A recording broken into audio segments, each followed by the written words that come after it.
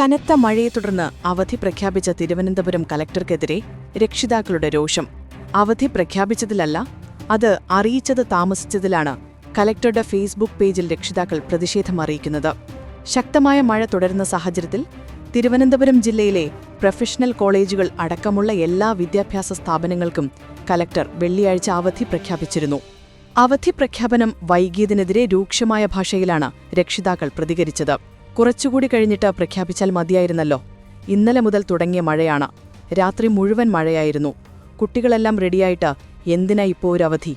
Madam ഇപ്പോഴാണോ ഉണർന്നത് എന്ന ഒരു രക്ഷിതാക തിരുവനന്തപുരം കളക്ടറുടെ ഫേസ്ബുക്ക് പേജിൽ കുറിച്ചു.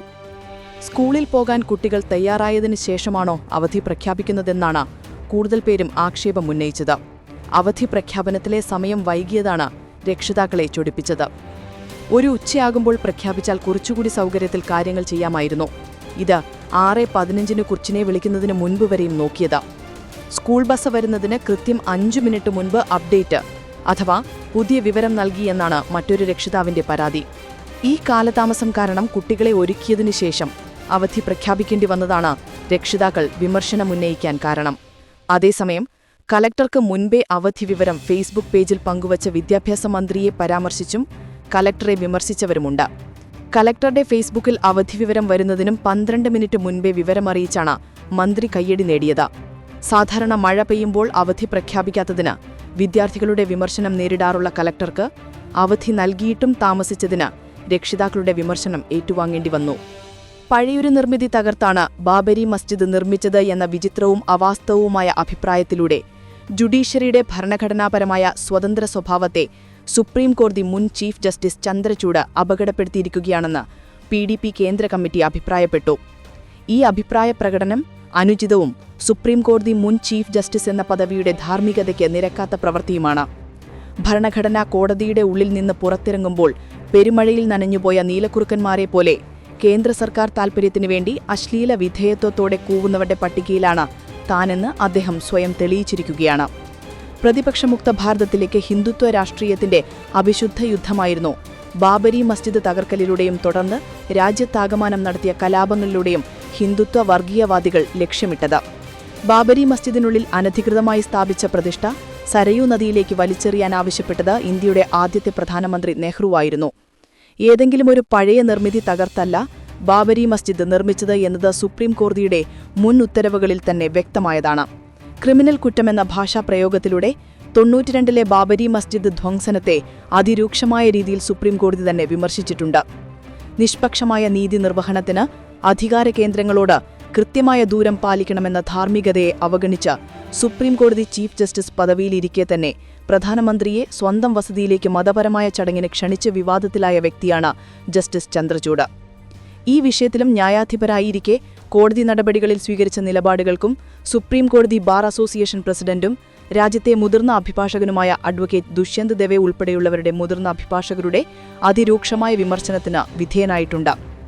കോടതിയുടെ പരിഗണനയിലുള്ള ഒരു തർക്കവിഷയത്തിൽ കോടതി തീർപ്പ് കൽപ്പിക്കുന്നതിന് മുൻപ് അഭിപ്രായം പറയാൻ പാടില്ല എന്ന സാധാരണ പൗരന്മാർ പുലർത്തുന്ന സൂക്ഷ്മത പോലും പുലർത്താതെ ഗ്യാൻവ്യാപി മസ്ജിദ് വിഷയത്തിലും അടിസ്ഥാനമില്ലാത്ത അഭിപ്രായങ്ങൾ അദ്ദേഹം നടത്തിയിരിക്കുന്നു. പ്രസ്തുത വിഷയത്തിലുള്ള വിവിധ ഹർജികൾ രാജ്യത്തെ വിവിധ കോടതികളുടെ പരിഗണനയിലിരിക്കെ ഇത്തരം അഭിപ്രായ പ്രകടനം നടത്തിയിരിക്കുകയാണ്. അടിസ്ഥാനമില്ലാത്ത ഇത്തരം വിമർശനങ്ങളിലൂടെ നിഷ്പക്ഷതയുള്ള നീതി നിർവഹണത്തിന് അനുയോജ്യനായ ന്യായാധിപനായിരുന്നില്ല താനെന്ന് സ്വയം തെളിയിച്ചിരിക്കുകയാണെന്ന് PDP സംസ്ഥാന ജനറൽ സെക്രട്ടറി മുഹമ്മദ് റജീബ് പ്രസ്താവനയിൽ പറഞ്ഞു. ലഡാക്ക് പ്രക്ഷോഭത്തിന്റെ നേതാവും സാമൂഹിക പ്രവർത്തകനുമായ സോണം വാങ്ചുക് അറസ്റ്റിൽ. ലഡാക്കിന് സംസ്ഥാന പദവി ആവശ്യപ്പെട്ട് നടന്ന സമരം അക്രമാസക്തമായതിനെ തുടർന്ന് ഉണ്ടായ വെടിവയ്പിൽ ബുധനാഴ്ച 4 പേർ കൊല്ലപ്പെട്ടിരുന്നു. സൈനികരടക്കം 80ഓളം പേർക്ക് പരിക്കുമേൽക്കുകയും ചെയ്തു. ഇതിനു പിന്നാലെയാണ് വാങ്ചുക്കിനെ ലേ പോലീസ് അറസ്റ്റ് ചെയ്തത്. വാങ്ചുക്കിനെ അജ്ഞാത കേന്ദ്രത്തിലേക്ക് മാറ്റിയതായി വിവരം. ദേശസുരക്ഷാ നിയമപ്രകാരമാണ് അറസ്റ്റ്. വാങ്ചുക്ക് ഉൾപ്പെടെ 15 പേർ സെപ്റ്റംബർ 10 മുതൽ 35 ദിവസം നിരാഹാര സമരം പ്രഖ്യാപിച്ചിരുന്നു. നിരാഹാരമനുഷ്ഠിച്ച് 2 പേരുടെ ആരോഗ്യനില മോശമായതിനെ തുടർന്ന് ആശുപത്രിയിൽ പ്രവേശിപ്പിച്ചതിനു ശേഷം ലേയിലെ ബുദ്ധമത വിശ്വാസികളുടെ സംഘടനയായ ലേ എപ്പെക്സ് ബോഡിയുടെ യുവജന സംഘടനയാണ് ലേയിൽ പ്രതിഷേധ പ്രകടനം സംഘടിപ്പിച്ചത്. ഇത് അക്രമാസക്തമായതോടെ സുരക്ഷാ ഉദ്യോഗസ്ഥർ വെടിവയ്ക്കുകയായിരുന്നു. പ്രതിഷേധത്തെ നേപ്പാളിലെ ജൻസി കലാപത്തോടും ബംഗ്ലാദേശിലെ ജനകീയ പ്രക്ഷോഭത്തോടും ഉപമിച്ച വാങ്ചുക്കിന്റെ പ്രസ്താവനകളാണ് കലാപം അക്രമാസക്തമായതിന് കാരണമെന്ന് കേന്ദ്ര ആഭ്യന്തര മന്ത്രാലയം ആരോപിച്ചിരുന്നു. ഇതിനു പിന്നാലെ വാങ്ചുക്കിന്റെ സന്നദ്ധ സംഘടനയായ the students educational and cultural movement of ലഡാക്കിന്റെ ലൈസൻസും കേന്ദ്രം റദ്ദാക്കിയിരുന്നു. വിദേശ സംഭാവനാ നിയന്ത്രണ നിയമം ലംഘിച്ചെന്നായിരുന്നു നടപടി. നിലവിൽ ലഡാക്ക് കലാപം CBI അന്വേഷിക്കുകയാണ്. വാങ്ചുക്കിന്റെ പാകിസ്ഥാൻ യാത്രയും അന്വേഷണ പരിധിയിലുണ്ട്. ഇന്ത്യയുടെ ദേശീയ സുരക്ഷാ ഉപദേഷ്ടാവ് അജിത് ഡോവലിന് നേർക്ക് ഭീഷണിയുമായി ഖലിസ്ഥാൻ ഭീകരൻ ഗുർപട്വാന്ത് Singh പന്നോൻ.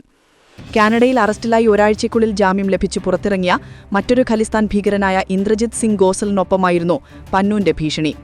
Ontario central east correctional സെന്ററിൽ നിന്ന് ഗോസൽ പുറത്തിറങ്ങിയ ഉടനെ നടത്തിയ ഭീഷണിയുടെ വീഡിയോ പുറത്തുവന്നിട്ടുണ്ട്. താനിപ്പോൾ സ്വതന്ത്രനാണെന്നും പ്രഖ്യാപിത ഖലിസ്ഥാൻ പ്രസ്ഥാനത്തിന്റെ പ്രവർത്തനങ്ങളിൽ പന്നൂനെ സമർത്ഥിക്കുമെന്നും ജയിലിന് പുറത്തുവെച്ച് ഇയാൾ പ്രഖ്യാപിക്കുകയും ചെയ്തു. ഇന്ത്യ, ഞാൻ പുറത്തെത്തി. ഗുർപട്വാന്ത് സിംഗ് പന്നൂനെ സമർത്ഥിക്കാൻ 2025 നവംബർ 23-ന് ഖലിസ്ഥാൻ ഹിതപരിശോധന സംഘടിപ്പിക്കാൻ ഡൽഹി ബനേഗ ഖലിസ്ഥാൻ എന്ന ഗോസൽ വീഡിയോയിൽ പറഞ്ഞു.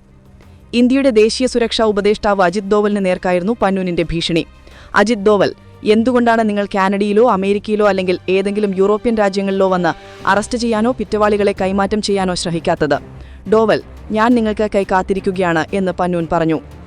ഇന്ത്യയുടെ പരമാധികാരത്തെ വെല്ലുവിളിച്ചതിന് നിരോധിത സംഘടനയായ സിക്സ് ഫോർ ജസ്റ്റിസിന്റെ തലവനായ പന്നൂനെതിരെ അടുത്തിടെ കേസെടുക്കുകയും ചെയ്തിട്ടുണ്ട്. സ്വാതന്ത്ര്യദിനത്തിൽ ചെങ്കോട്ടയിൽ പതാക ഉയർത്തുന്നത് തടയുന്നവർക്ക് 11 കോടി രൂപ പാരിതോഷികം വാഗ്ദാനം ചെയ്ത പ്രസംഗത്തിന്റെ പേരിലായിരുന്നു ഇത്. ഹർദീപ് സിംഗ് നിജാറിന്റെ മരണശേഷം 2023-ൽ SJFന്റെ കാനഡയിലെ സംഘാടകനായി മാറിയിരുന്നു പന്നൂനിന്റെ വലങ്കയ്യായ ഗോസൽ. സെപ്റ്റംബർ 19-ന് ഒണ്ടാറിയോയിലെ ഒരു ട്രാഫിക് പരിശോധനയിൽ അറസ്റ്റിലായ 3 ഖലിസ്ഥാൻ വിഘടകവാദികളിൽ ഒരാളായിരുന്നു ഇത്. ന്യൂയോർക്കിൽ നിന്നുള്ള ജഗ്ദേഷ് സിംഗും ടൊറന്റോയിലെ അർമാൻ സിംഗും ഇദ്ദേഹത്തിനൊപ്പമുണ്ടായിരുന്നു. 3 പേർക്കെതിരെയും ആയുധനിയമപ്രകാരം കേസെടുക്കുകയും തിങ്കളാഴ്ച ഒണ്ടാറിയോ കോടതിയിൽ ഹാജരാക്കുകയും ചെയ്തു എന്ന് കാനഡൻ പോലീസ് പ്രസ്താവനയിൽ അറിയിച്ചിരുന്നു.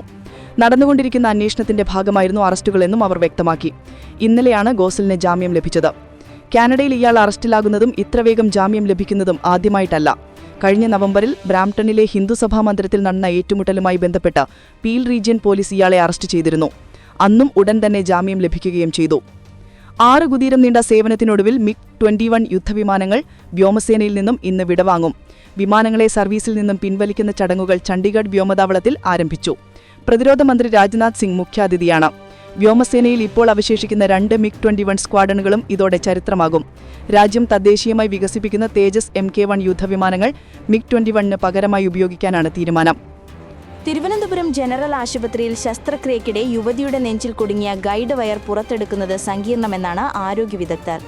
സുമയ്യയുടെ നെഞ്ചിലെ രക്തക്കുഴലുകളോട് ഒട്ടിച്ചേർന്ന വയർ പുറത്തെടുക്കുന്നത് അപകടകരമെന്നാണ് വിദഗ്ധ സമിതിയുടെ വിലയിരുത്തൽ.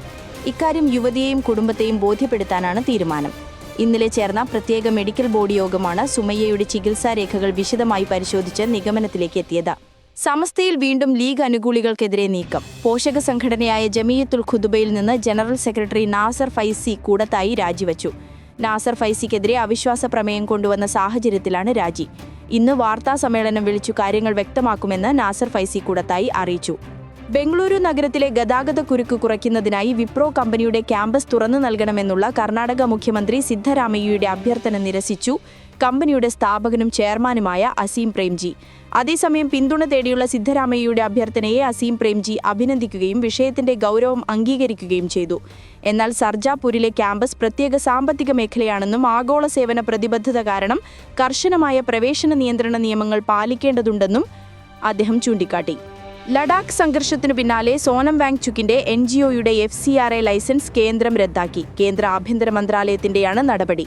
സോനം വാങ്ചുക് നേതൃത്വം നൽകുന്ന സ്ഥാപനം വിദേശ സംഭാവന ചട്ടം ലംഘിച്ച വൻതോതിൽ പണം കൈപ്പറ്റിയെന്നും കഴിഞ്ഞ ഫെബ്രുവരിയിൽ പാകിസ്ഥാൻ സന്ദർശിച്ചിരുന്നു എന്ന പരാതിയിൽ CBI അന്വേഷണം തുടങ്ങിയിരുന്നു.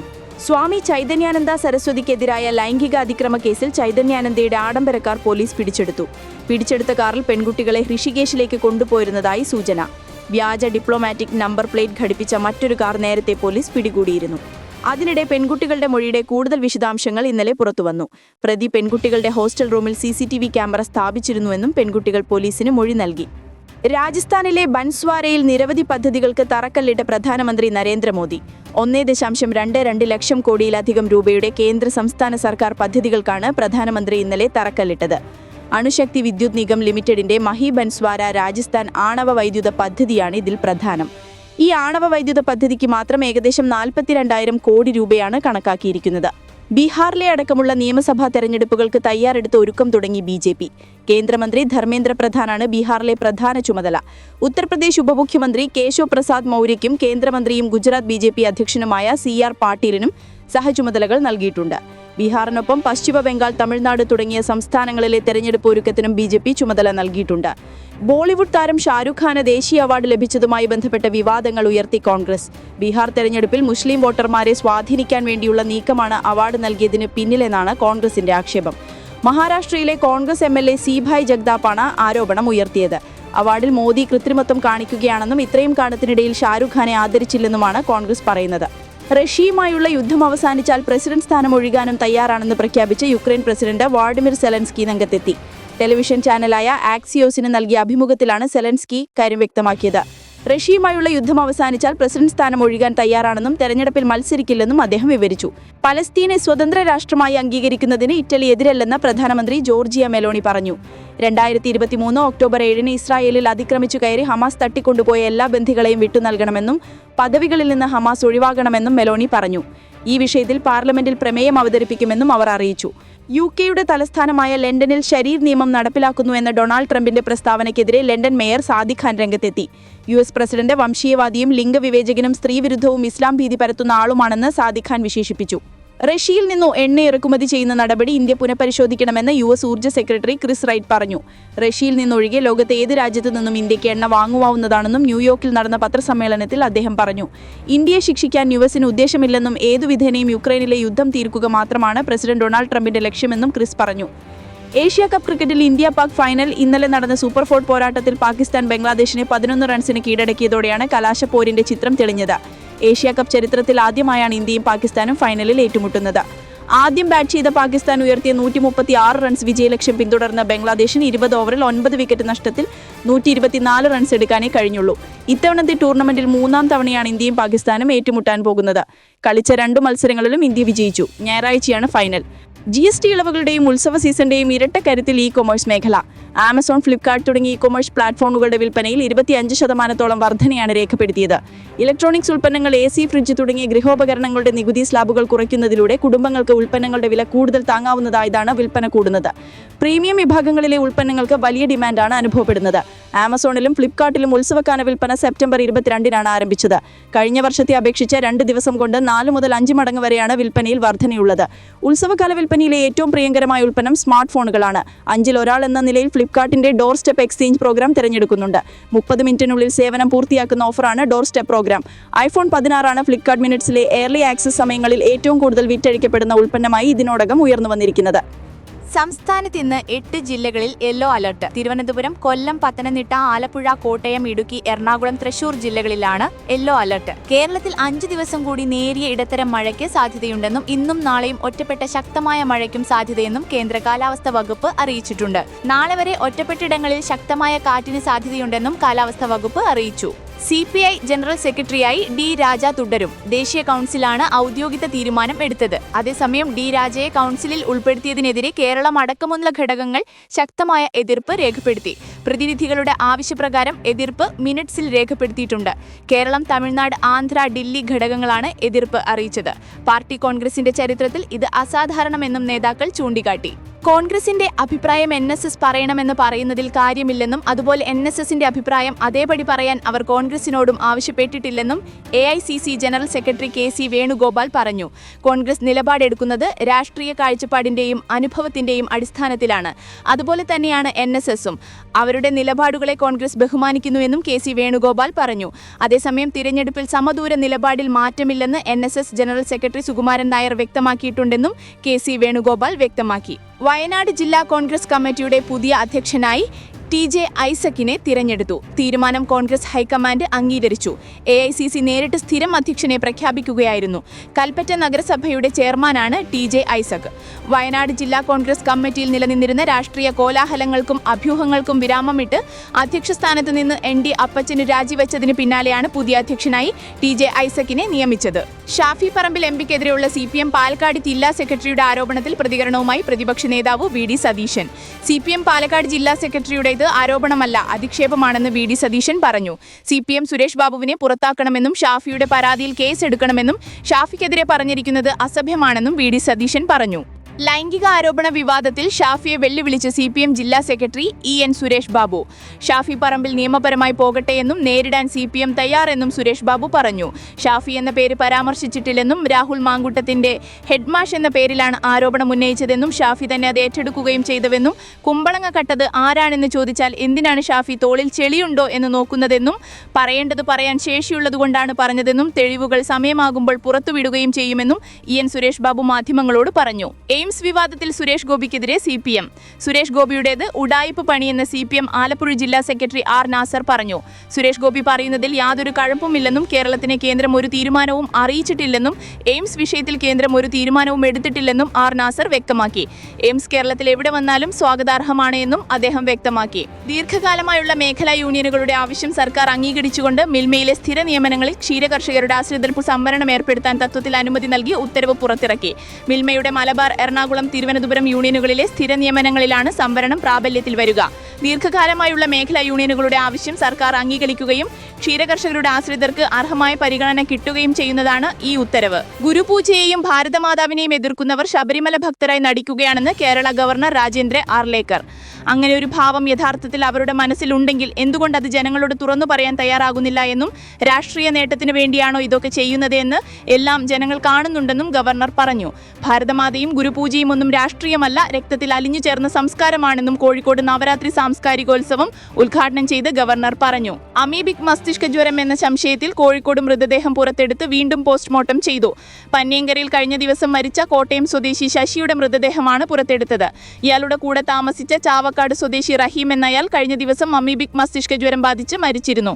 കൂടെ താമസിച്ചിരുന്ന ശശിക്കും രോഗമുണ്ടായിരുന്നോ എന്ന് സ്ഥിരീകരിക്കാനാണ് വീണ്ടും പോസ്റ്റ്മോർട്ടം നടത്തിയത്. ഹൃദയാഘാതം തന്നെയാണ് മരണകാരണമെന്ന് റീപോസ്റ്റ്മോർട്ടത്തിൽ സ്ഥിരീകരിച്ചു. സംസ്ഥാന IPSൽ വീണ്ടും അഴിഞ്ഞുപണി. യോഗേഷ് ഗുപ്തയെ ഫയർഫോഴ്സിൽ നിന്ന് മാറ്റി റോഡ് സേഫ്റ്റി കമ്മീഷണറായി നിയമിച്ചു. നിതിൻ അഗർവാളാണ് പുതിയ ഫയർഫോഴ്സ് മേധാവി. നകുൽ ദേശ്മുഖിനെ തൃശൂർ കമ്മീഷണറായി നിയമിച്ചു. R. ഇളങ്കോ കേന്ദ്ര ഡെപ്യൂട്ടേഷനിലേക്ക് പോകുന്ന ഒഴിവിലാണ് നിയമനം. ദാദാസാഹേബ് ഫാൽക്കെ പുരസ്കാര വേദിയിലെ മോഹൻലാലിന്റെ പ്രസംഗത്തിലെ വരികളെക്കുറിച്ച് വേവലാതിപ്പെടേണ്ടതില്ലെന്നും ഉന്നത വിദ്യാഭ്യാസ മന്ത്രി ഡോക്ടർ R. ബിന്ദു പറഞ്ഞു. 2 വരികളുടെ അടിസ്ഥാനത്തിൽ അദ്ദേഹത്തെ വിലയിരുത്തേണ്ടതില്ലെന്നും വരികളല്ല പ്രസംഗത്തിന്റെ ആകെ തുകയാണ് നോക്കേണ്ടതെന്നും മന്ത്രി പറഞ്ഞു. അതേസമയം ആജീവനാന്ത സംഭാവനയ്ക്കുള്ള വയോസേവന അവാർഡുകൾ മന്ത്രി പ്രഖ്യാപിച്ചു. നടി ഷീല, ഗായിക PK മേദിനി എന്നിവരാണ് പുരസ്കാരത്തിന് അർഹരായത്. ഓപ്പറേഷൻ ഉംഖോറിൽ നടൻ അമിത് ചക്കാലക്കൽ വീണ്ടും കസ്റ്റംസിന് മുന്നിൽ ഹാജരായി. രേഖകൾ ഹാജരാക്കാനാണ് അമിത് ചക്കാലക്കൽ കസ്റ്റംസ് ഓഫീസിൽ എത്തിയത്. അമിത്തിന്റെ ഗ്യാരേജിൽ നിന്ന് പിടിച്ചെടുത്ത വണ്ടികളുടെ ഉടമകളും കസ്റ്റംസ് ഓഫീസിൽ എത്തിയിരുന്നു. 2 പേരാണ് അമിത് ചക്കാലക്കലിനൊപ്പം എത്തിയത്. അറ്റകുറ്റപ്പണികൾക്കാണ് വണ്ടികൾ ഗ്യാരേജിൽ കൊണ്ടുവന്നത് എന്നാണ് അമിത് ചക്കാലക്കൽ പറയുന്നത്. CPM നേതാവ് KJ ഷൈനെതിരെയുള്ള സൈബർ ആക്രമണത്തിൽ KM ഷാജഹാനെ പോലീസ് അറസ്റ്റ് ചെയ്തു. ചെങ്ങമനാട് SHO ആകുളത്തെ വീട്ടിൽ നിന്നാണ് KM ഷാജഹാനെ പോലീസ് അറസ്റ്റ് ചെയ്തത്. ഷൈൻ നൽകിയ കേസിലെക്കുറിച്ച് ഷാജഹാൻ പുതിയ വീഡിയോയിൽ അധിക്ഷേപ പരാമർശം നടത്തിയിരുന്നു. പുതിയ വീഡിയോയുടെ പേരിലാണ് ഷാജഹാന്റെ അറസ്റ്റ്. സംസ്ഥാന വ്യാപക ജനസമ്പർക്ക പരിപാടിക്ക് തുടക്കം കുറിച്ച് BJP. തദ്ദേശ തെരഞ്ഞെടുപ്പിന് മുന്നോടിയായി പാർട്ടിയുടെ വികസന സന്ദേശം ഓരോ വീട്ടിലും എത്തിക്കുകയാണ് ഇതിലൂടെ ലക്ഷ്യമിടുന്നതെന്ന് BJP സംസ്ഥാന അധ്യക്ഷൻ രാജീവ് ചന്ദ്രശേഖർ പറഞ്ഞു. തിരുവനന്തപുരത്ത് രാജാജി നഗറിൽ ഗൃഹസമ്പർക്ക പരിപാടിയിൽ പങ്കെടുത്ത് സംസാരിക്കുകയായിരുന്നു അദ്ദേഹം. കണ്ണൂർ സിറ്റി പോലീസ് ആസ്ഥാനത്ത് അതിക്രമിച്ച് കയറി പിറന്നാൾ ആഘോഷം നടത്തിയ 5 പേർക്കെതിരെ കേസെടുത്തു. യുവതിയടക്കം കണ്ടാൽ അറിയാവുന്ന 5 പേർക്കെതിരെയാണ് കണ്ണൂർ ടൗൺ പോലീസ് കേസെടുത്തത്. കഴിഞ്ഞ സെപ്റ്റംബർ 16-നാണ് കേസിനാസ്പദമായ സംഭവം. യുവതിയുടെ പിറന്നാൾ ആഘോഷിക്കാനാണ് യുവാക്കൾ പോലീസ് ആസ്ഥാനത്തെ ക്യാന്റീന് സമീപം എത്തിയത്. ഭാരതാംബയെ എതിർക്കുന്നവർ അയ്യപ്പ ഭക്തന്മാരായത് എങ്ങനെയെന്ന ചോദ്യവുമായി ഗവർണർ രാജേന്ദ്ര ആർലേക്കർ. ശബരിമലയിലെ നിലപാടുമാറ്റം തുറന്നു പറയണമെന്നും അദ്ദേഹം സൂചിപ്പിച്ചു. നവരാത്രി സർഗോത്സവത്തിന്റെ ഭാഗമായി കേസരി ഭവനിൽ സംഘടിപ്പിച്ച സർഗസംവാദത്തിൽ പ്രസംഗിക്കുകയായിരുന്നു അദ്ദേഹം. ദേശീയ ഐക്യത്തെക്കുറിച്ചും സ്വദേശി ചിന്തയെക്കുറിച്ചും ഊന്നി പറഞ്ഞ പ്രസംഗത്തിൽ ഗവർണറായല്ല, സാധാരണ സ്വയം സേവകനായാണ് സംസാരിക്കുന്നുവെന്ന് അദ്ദേഹം പറഞ്ഞു. ആദിശങ്കരാചാര്യരുടെ ജന്മസ്ഥലമായ കേരളം ദേശീയ തലത്തിൽ മാതൃകയാണ്. എന്നാൽ സാംസ്കാരിക പാരമ്പര്യങ്ങളെ രാഷ്ട്രീയ സൗകര്യത്തിനായി വിമർശിക്കുന്നവരും ഇവിടെയുണ്ട്. ഗുരുപൂജയെയും ഭാരതമാതാവിനെയും എതിർക്കുന്നവർ ശബരിമലയിലെ ഭക്തന്മാരായി വേഷം കെട്ടുന്നത് രാഷ്ട്രീയ സൗകര്യത്തിനാണ്. 2047ഓടെ വികസിത ഭാരത സ്വപ്നം സാക്ഷാത്കരിക്കണം. പണ്ഡിറ്റ് ദീൻദയാൽ ഉപാധ്യായയുടെ ഏകാത്മ മാനവ ദർശനം അടിസ്ഥാനമാക്കി സമഗ്ര വികസനം ലക്ഷ്യമിടണം. അന്ത്യോദയ തത്വം പിന്തുടരണമെന്നും അദ്ദേഹം പറഞ്ഞു. സ്വദേശി ഉൽപ്പന്നങ്ങൾ ഉപയോഗിക്കുകയും ആത്മനിർഭരത പ്രോത്സാഹിപ്പിക്കുകയും ചെയ്താൽ മാത്രമേ ഇന്ത്യ ലോകത്തിലെ ഏറ്റവും വലിയ സമ്പദ് വ്യവസ്ഥയാകൂ. പ്രധാനമന്ത്രി നരേന്ദ്രമോദിയുടെ ഈ ദർശനത്തിന് എല്ലാവരുടെയും സംഭാവന ആവശ്യമാണ്. നവരാത്രി ദിനങ്ങളിൽ ദുർഗാദേവിയോട് ശക്തി, ബുദ്ധി, ശാന്തി എന്നിവ പ്രാർത്ഥിക്കണമെന്നും സ്വദേശി ചിന്ത എല്ലാ മേഖലകളിലും പ്രയോഗിക്കണമെന്നും ഗവർണർ ആവശ്യപ്പെട്ടു.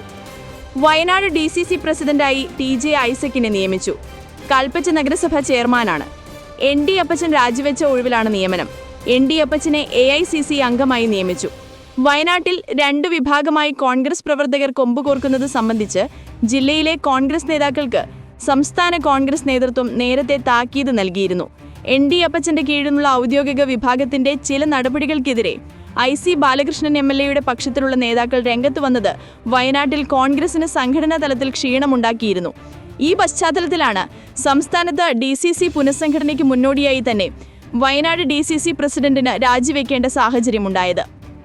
ജില്ലയിലെ സംഘടനയിൽ വിഭാഗീയതയും തർക്കങ്ങളും മുറുകുന്നതിനിടയിൽ തദ്ദേശ തെരഞ്ഞെടുപ്പിന് മുൻപ് പ്രശ്നപരിഹാരമുണ്ടാക്കണമെന്ന് കേന്ദ്ര നേതൃത്വം നേരത്തെ KPCCയോട് നിർദ്ദേശിച്ചിരുന്നു.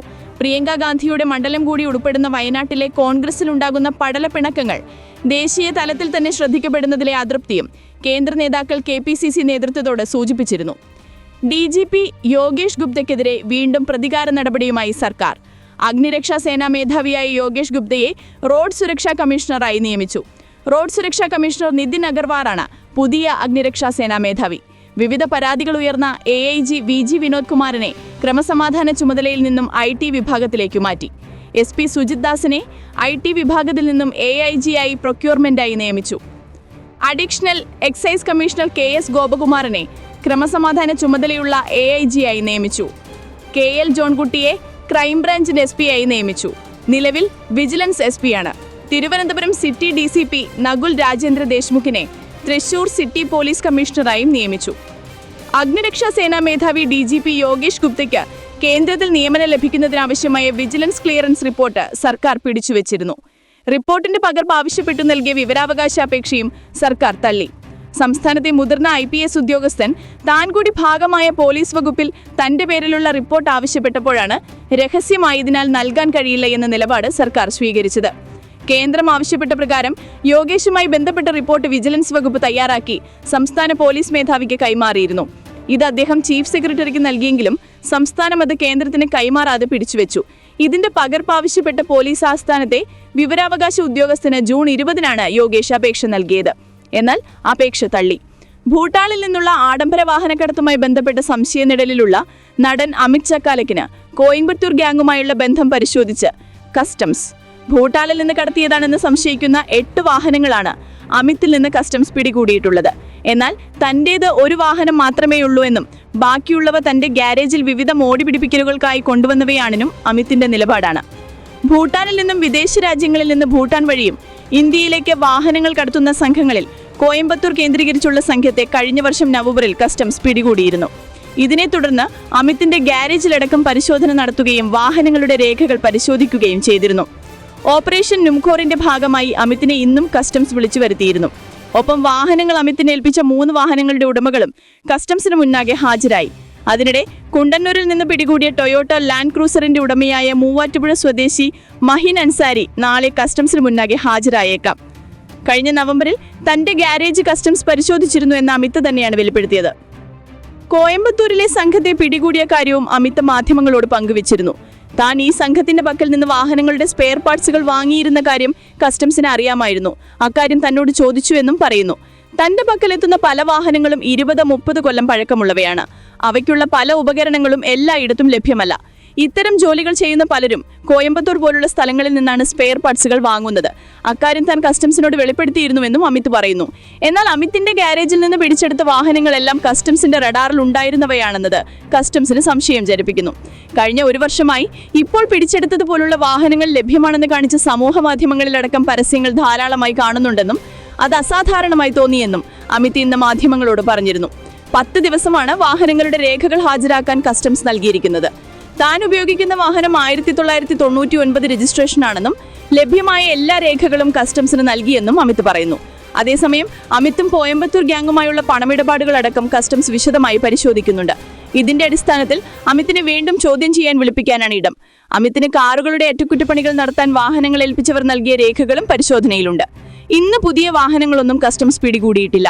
ലഭ്യമായ എല്ലാ രേഖകളും പരിശോധിച്ചു വരികയാണെന്ന് കസ്റ്റംസ് വൃത്തങ്ങൾ വ്യക്തമാക്കി. ഇന്നലെ കുണ്ടന്നൂരിൽ നിന്ന് പിടികൂടിയ അരുണാചൽ പ്രദേശ് രജിസ്ട്രേഷനുള്ള ലാൻഡ് ക്രൂസർ ഭൂട്ടാൻ വാഹനക്കടത്തിൽ നിർണായക വിവരം തരുമെന്നാണ് കസ്റ്റംസ് കരുതുന്നത്. ഒരിടവേളയ്ക്ക് ശേഷം news apart point. Bureau Malayalam desk.